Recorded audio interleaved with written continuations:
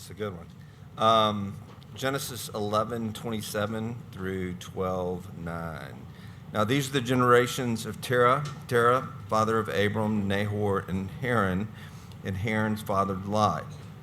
Haran died in the presence of his father Terah in the land of his kindred in Ur of the Chaldeans. And Abraham and Nahor took wives. The name of Abram's wife was Sarai, and the name of Nahor's wife Milcah, the daughter of Haran, the father of Milcah and Ishah. Now Sarah was barren, and she had no child. Terah took Abram his son, and the son of Haran his grandson, and Sarai his daughter-in-law, his son Abram's wife, and they went forth together from Ur the Chaldeans to go into the land of Canaan. But when they came to Haran, they settled there. The days of Terah were 205 years, and Terah died in Haran. Now the Lord said to Abram, "Go from your country and in your kindred and your father's house to the land that I will show you. And I will make you a great nation. I will bless you and make your name great, so that you will be a blessing. I will bless those who bless you, and whom you dishonors you, I will curse. And in you all the families of the earth shall be blessed." So Abram went as the Lord had told him, and Lot went with him. Abram was 75 years old when he departed from Haran. And Abram took Sarah his wife, and Lot his brother's son, and all their possessions they had gathered, and the people they had acquired to Haran, and they set out to go to the land of Canaan. When they came to the land of Canaan, Abram passed through the land to the place of Shechem, to the oak of Moreh, at the time the Canaanites were in the land. Then the Lord appeared to Abram and said, "To your offspring I will give this land." So he built there an altar to the Lord, who had appeared to him. From there he moved to the hill country and on the east of Bethel, and pitched his tent, with Bethel on the west and Ai on the east. And there he built an altar to the Lord and called upon the name of the Lord. And Abram journeyed on, and still going toward Negeb. This is the word of the Lord. Thanks be to God. Well done, John. Tall task with some of those names, but good job. Well, good morning again. Good to see you. The season of Epiphany is a season in the church calendar that traditionally runs from the end of Christmas up till when Lent starts. It's about 8-9 weeks or so. And so for that season of time, what we're going to do around here in the life of Redeemer is look at the life of Abraham. You can find his story in the first book of the Bible, Genesis. This guy lived over 4,000 years ago on the other side of the world, and I'm sure that raises some questions of why. Why would we spend any time, much less 8 to 9 weeks, talking about this guy? Why spend any time talking about someone that lived 4,000 years ago? Like, who honestly cares? And here's why, a couple reasons. First is you may know that the three largest monotheistic religions, Islam and Christianity and Judaism, all look to Abraham in some way as a father of the faith. And so I think it's pretty impressive if you've lived 4,000 years ago, and in the year 2025, half of the planet's population you've had some impact on, that you've shaped Western civilization to some degree, then I think, it might be worth knowing something about this guy. And but I think maybe more importantly, Abraham shows us what it looks like to encounter God and to have your life radically transformed as a result. And so if you fit into either of those categories, if you have any interest in spirituality, any interest in connecting with the divine or transcendence, then Abraham's story is important. And if you have any interest in changing, which I know many of us do, at least at this time of year, when that's at the forefront of our mind, when we're thinking, this is it, this is going to be the year where I make the changes, I'm going to do it, I'm going to fix it. If you have any interest in being transformed, in changing, then his story is valuable for you as well. He shows you what it looks like to encounter God and to have your life totally transformed. So that's what we're going to do. We're going to look at the life of Abraham and learn from him how we can encounter God as well. And so what I want to do this morning is look at this passage and frame it in terms around what it shows us about meeting God, encountering God, because this is where Abraham himself encounters God. So I think we see three things. We see how it happens. we see how it changes us, and we see how we can meet God as well. So that's the three things we're going to look at: how we meet God, how it happens, how it changes us, how we can meet God ourselves as well. So let's look at how it happens. And just a little footnote on the front end. I guess it's a head note. I don't know what you call this thing I'm about to say. Disclaimer is Abram's name, when you first meet him, is named Abram. He's not Abraham. His name changes halfway into the story. And so I'm probably going to be just interchanging these two. It doesn't really matter. Abram means father. Abraham means father of many. And so we'll just use these terms interchangeably. But if you picture, if any of you have kind of a religious background, even if you just hear the word Abraham and you have some religious connotations, and you think, okay, what did Abraham look like? He's probably an old dude. He probably has a beard. He's got a robe on, maybe a halo. He's this like saintly, holy guy, like this religious, devout guy. And you need to know that's not true. That's not, at least where we find Abraham at the beginning. When his story begins, the way that we're introduced to him, look in chapter 11. In verses 28 and 31, we find out that he grew up in a city called Ur. He was up in Ur. And it's this ancient city. Actually, archaeologists, they found it. They dug it up in the 1920s and the 1930s. You can look this up. There's this big archaeological dig and discovery. They dig up Ur, and it was this. It was 186 miles southeast of modern-day Baghdad. It was a major city, prominent city in Mesopotamia, and it was the center of moon worship. Moon worship. So Abraham grew up in a culture that was not interested in worshiping the God of the Bible. They worshiped some moon god. In fact, you confirm this later in the Bible. If you go just a few books over in the book of Joshua, Joshua's this guy, and he gathers all of Israel together, and he's telling their national story, and he starts by talking about Abraham, and he says Abraham and his family, quote, served other gods.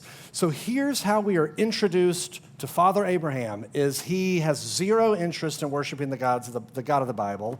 He's worshiping other foreign gods, and he is not seeking after God. And yet, God comes seeking after him.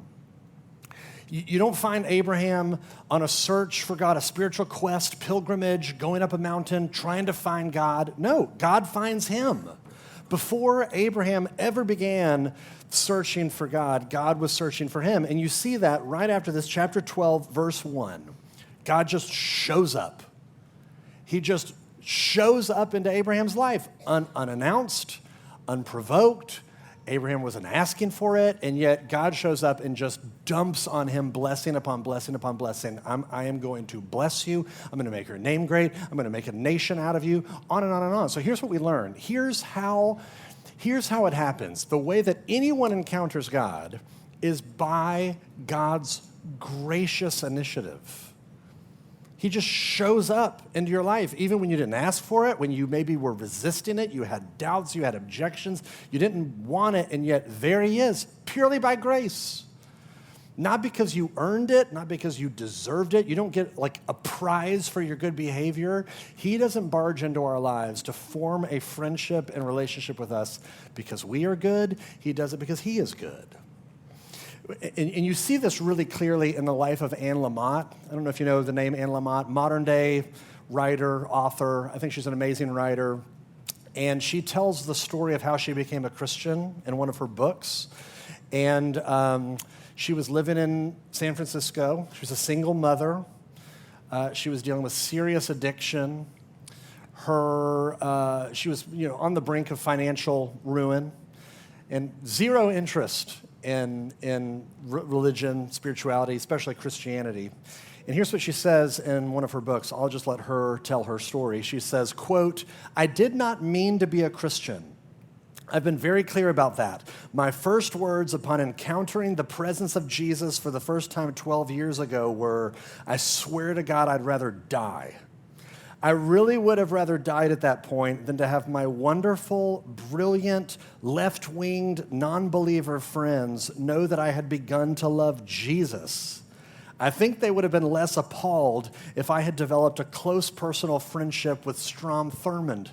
At least there is some reason to believe that Strom Thurmond is a real person, more or less. But I never felt like I had much of a choice with Jesus. He was relentless. I didn't experience him so much as the hound of heaven, as the old description has it, but as the alley cat of heaven, who seemed to believe that if it keeps showing up, mewling outside your door, you'd eventually open up and give him a bowl of milk. Of course, as soon as you do, you're screwed, and the next thing you know, he's sleeping on your bed every night and stepping your chest down at dawn to play a little push-push. I don't know what that is, but okay. I resisted as long as I could, like Sam I Am in Green Eggs and Ham. I would not, could not in a boat. I could not, would not with a goat. I do not want to follow Jesus. I just want expensive cheeses or something. Anyway, he wore me out. He won. I was tired and vulnerable, and he won.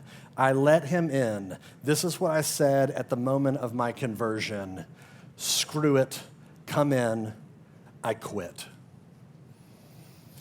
Now, I love how she articulates her own experience because she experiences God as relentless. And some of you may be wondering, okay, that's great for her. That's great for Abraham. God would never want anything to do with me. My life is a mess. I'm a mess. I've crossed too many boundaries. I've done things I can't take back. Things have been done to me that I can't take back. And God would never want anything to do with me. And here's the good news that you see in Abraham's story. God chases after us not because we are good, but because he is good. He doesn't sit around and wait for us to believe the right things and get in line and do the right things before he'll initiate a friendship with us. He just barges in. I think the fact that some of you are here at a church right now, and you might be thinking, what in the world am I doing at a church? It's 2025. This may be some of you's first time ever in a Christian church. Could it be that maybe you're here because Jesus is like that alley cat that's just knocking on your door, showing up, drawing, pulling something inside of you to want to explore who he is and what this is all about?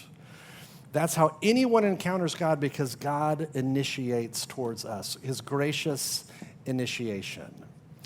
But what happens if you actually encounter him?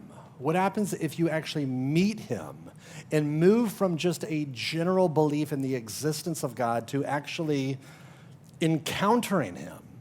That's the second thing I want to show you. And there's so much that I could show you from this passage, and I had to be selective, so I'm only going to show you two things for the sake of time. Otherwise, we'd be up here all day. But here's the two things. When you encounter God, you are given a bigger story.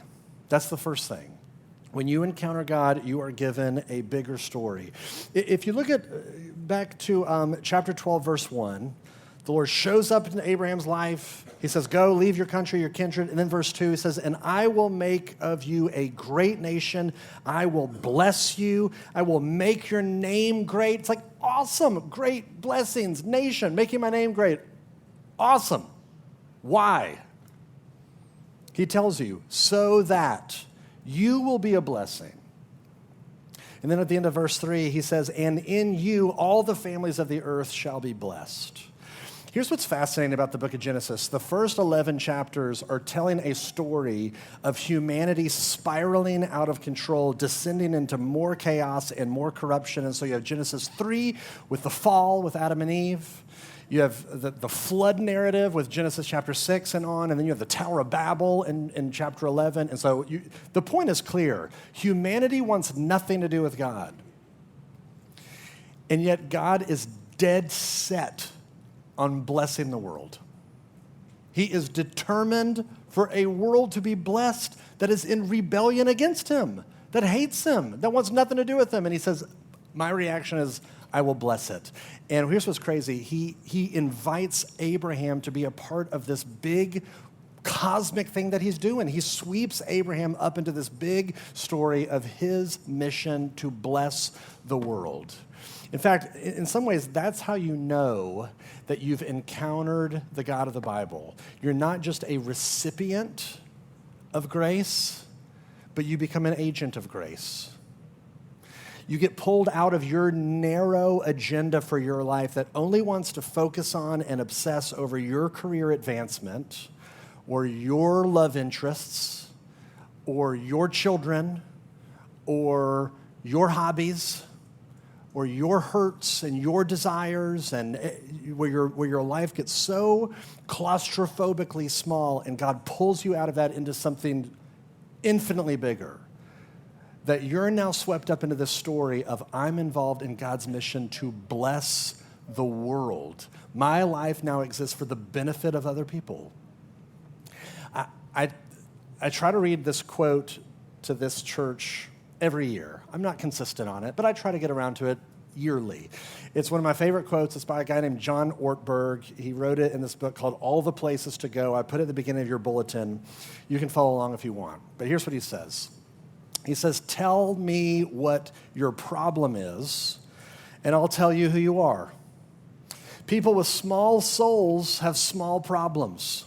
Problems like how to make their lives safer or more convenient, how to put an irritating neighbor in his or her place, how to make wrinkles less visible, how to cope with cranky coworkers or lack of recognition. Small people are occupied by small problems. People who live with largeness of soul are occupied by large problems. How to end poverty, how to stop sex trafficking, how to help at-risk children receive a great education, how to bring beauty and art to a city. You need a God-sized problem. If you don't have one, your current problem is you don't have a problem. Life is facing and solving problems. When God calls people, he calls them to face a problem. The standard word for the condition of being truly problem-free is dead. Now, that's an intense quote, I know, but I think he's onto something. I think he's right that when God calls someone, when you actually encounter who he is, you get pulled out of your narrow agenda for your life and you get swept up into something infinitely bigger. And you know that has happened when it starts to cost you, when you start to lose things as a result of it. Did you notice how this whole passage begins in verse 1, chapter 12, verse 1? God tells Abram, go from your country and your kindred and your father's house to the land that I'll show you. He's saying, Abraham, you have to leave your country. You have to leave your family. You have to get out of your safety. You have to get out of your security. You have to get out of what is familiar, what is comfortable, and go somewhere you don't even know where you're going. That's how you're going to be a blessing to the world, is you have to leave, you have to lose. The question for you is, if you have encountered God, what do you think it is that God is inviting you to lose for the sake of someone else?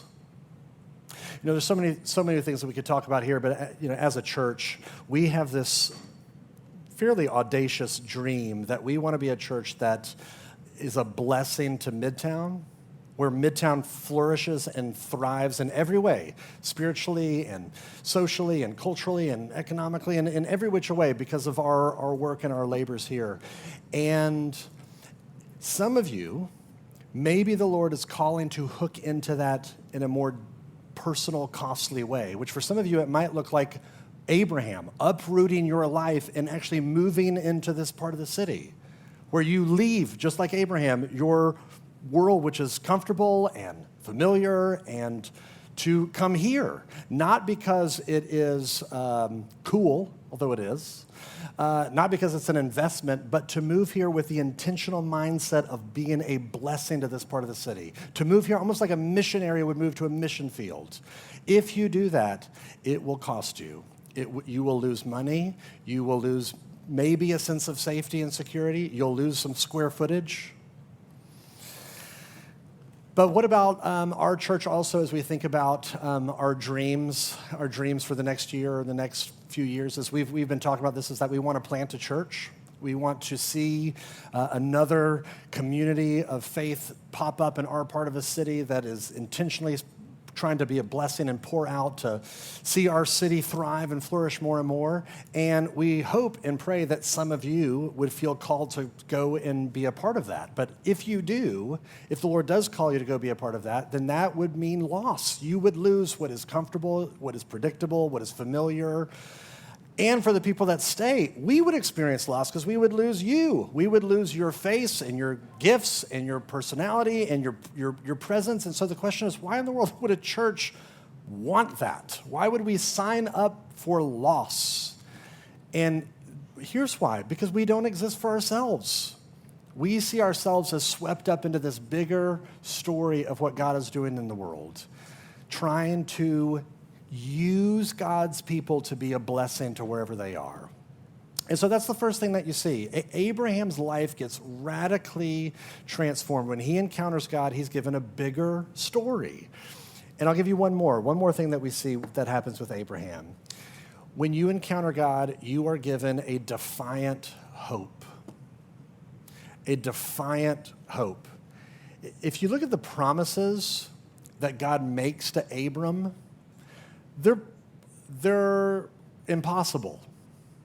Here are the two things he promises Abraham in verse 2. He says, first, I'm going to give you children. I will make of you a great nation. That's verse 2. In other words, Abraham, you and your wife Sarai are going to have so many children, your family is going to become a nation. That's a lot of children. And then secondly, God promises Abraham land. Abram leaves, he goes to this land, he doesn't know where he's going, he goes to the land of Canaan, and then look at verse 7. God says, to your offspring, I will give this land. Those are the two things, children, land. Both of them are impossible. Here's why. What do we know about Abram's wife? The only detail that we know about Abram's wife is in chapter 11, verse 30, that she is barren, which is a little bit of an old school, outdated term to mean that she's infertile, that she can't have children. How in the world are you going to have a nation of children if you can't have one child? And what do we know about the land? Look at verse 6, chapter 12, verse 6. It says, at that time, the Canaanites were in the land, which means all this land that God just promised Abram, it's not just open, empty, free, available real estate. It is filled with the Canaanites who were bloodthirsty, powerful, violent people. They're not just going to willingly uproot and relocate because Abraham moves into the neighborhood. Both of these promises, children, land, they're impossible. The only way that they will happen is if it's a miracle. And you know from the story, if you read the rest of the story, this is what happens. God does the impossible. When you encounter God, you are given a hope in a reality that transcends all the data that's in front of you. You look at your life, Abraham looks at his life, and it looks like this cannot happen. This is dead to rights, impossible. This will not work. And yet, when you have your faith in a God that transcends reality itself, you have a defiant hope that you can look in the face of the worst thing possible and not back down. This is one of the reasons why there's a part of me that loves Christian funerals. I mean, all funerals are horrible. All funerals are the worst. And yet there's a part of me that does appreciate what we're doing in a Christian funeral, because what you're doing in a funeral is you're acknowledging the reality of death, that here is this thing that all the evidence points to, it is final. You cannot reverse this, you cannot undo this, you cannot change this. You will never see this person again. This loved one that you are so dear to you, it's severed forever. And yet at a Christian funeral, we start to tap into this hope that we have that because this person in the casket is united by faith to a resurrected Savior, that they too will one day rise. That this is not the end. That we will one day be reunited with this person that we have lost. That's not wishful thinking. That's not naive religious mumbo jumbo. That is defiant hope. That is hope that protests in the face of the worst thing there is. This is what encountering the Lord actually gives you. Defiant hope, to be able to look in the face of all the evidence that says the exact opposite of everything that you want to believe and still have hope. I mean, think about our city. It is easy to look at our city and to feel hopeless, to look at the data and just say, this is a foregone conclusion. This place it's irredeemable. And yet, as Christians, we believe that one day, someday, God's going to make all things new, which means our city will one day be made new, that Memphis will thrive and flourish and be the beautiful, amazing city that you see glimmers of now, but it was always intended to be. That's not wishful thinking. That's defiant hope. That's what you start to get in touch with when your life gets radically changed, when you encounter who God actually is. Not just believing that he exists in some vague general way, but when you encounter him, everything changes. Those are just two examples, like I said. We could have given so many more. So here's the million-dollar question then. Okay, how does that happen? How do I meet God? Good for Abraham. I love that that worked out for him, but what about me? How can you and I encounter God as well? Last thing, briefly. There's a fascinating passage in the New Testament where the author Paul makes a big theological point based off of one verse in this passage that's here. In Genesis chapter 12, verse 7, it says, "To your offspring I will give this land." Now, that word offspring in the original Hebrew is a singular word, even though it's referring to a collective idea. The word itself is singular. And 2,000 years after this, Paul, in the book of Galatians, chapter 3, verse 16, writes this. He says, "Now the promises were made to Abraham and to his offspring. It does not say, and to offsprings, referring to many, but referring to one, and to your offspring, who is Christ." Now, Paul just made a massive theological claim based off of a word being grammatically in the singular.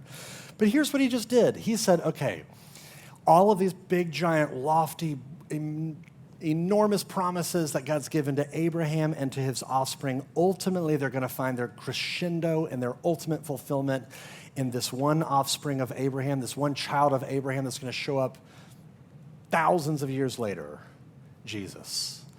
In other words, Paul is looking at the story of Abraham and saying, this is actually the story and the promises that are given to you in Jesus. Think about Jesus. Here is a God that comes after you, and he doesn't just leave one country to go to another country. He leaves heaven and he comes to earth. We're going to sing here in just a few minutes these lyrics. He left his Father's throne above. So free, so infinite his grace. Why is he coming? He is coming to bless you by chasing you down, by pursuing you. This is what we just celebrated at Christmas. Christmas is this wonderful holiday where it's not just about the shepherds and the hot chocolate and the candy canes. It is about a God that comes searching after people who want nothing to do with him. That's what we just celebrated. He comes, he leaves his Father's throne to be a blessing, to come after us, to search for people that aren't searching for him. And what did it cost him? It cost him everything. Just by showing up, he already lost his comfort of heaven. He lost his glory. He lost the right-hand companionship of the Father. And he comes and he makes himself vulnerable and soft and killable and stabbable and punchable. And on the cross, all of those things happen. He loses his blood and he loses his oxygen. He loses his life. He loses his tears. He loses everything. Why? So that you would be blessed. So that you might actually encounter God. He lost his relationship with God on the cross so that you and I could have it. You and I can have the blessing of forgiveness and adoption and glory and mission and purpose, all of those things. So here's the answer. How do you encounter God? The Bible tells you over and over the way that you encounter the God of the Bible is through Jesus. I mean, look at his pursuit of you. Look at his sacrificial love for you on the cross. Look at his generosity towards you. He gives you a bigger story. He gives you a defiant hope. When you rest in Jesus, when you encounter who God is in the person and in the work of Jesus, that's what moves you from merely believing in the existence of God to having a vibrant, ongoing friendship with God. You move from knowing things about God to knowing God. Here's how you do that. If you are interested in doing that, here's how. You rest in what Jesus has done. You receive all the blessings that he has for you on the cross and in his life. And then give all those blessings away to your city. Well, that's the Gospel of Abraham, chapter 1, to be continued next week. Let me pray. Father, thank you that you record these stories not so that we might venerate a man that lived 4,000 years ago, but so that we might encounter a God that is infinitely more gracious than we realized, that we might encounter a God that is infinitely more loving than we could ever believe. And so, Father, do the impossible. Even right now, would you break through our resistance, our pain, our distractions, our exhaustion, and help us to encounter you in the face of Jesus. And it's in his name we pray. Amen.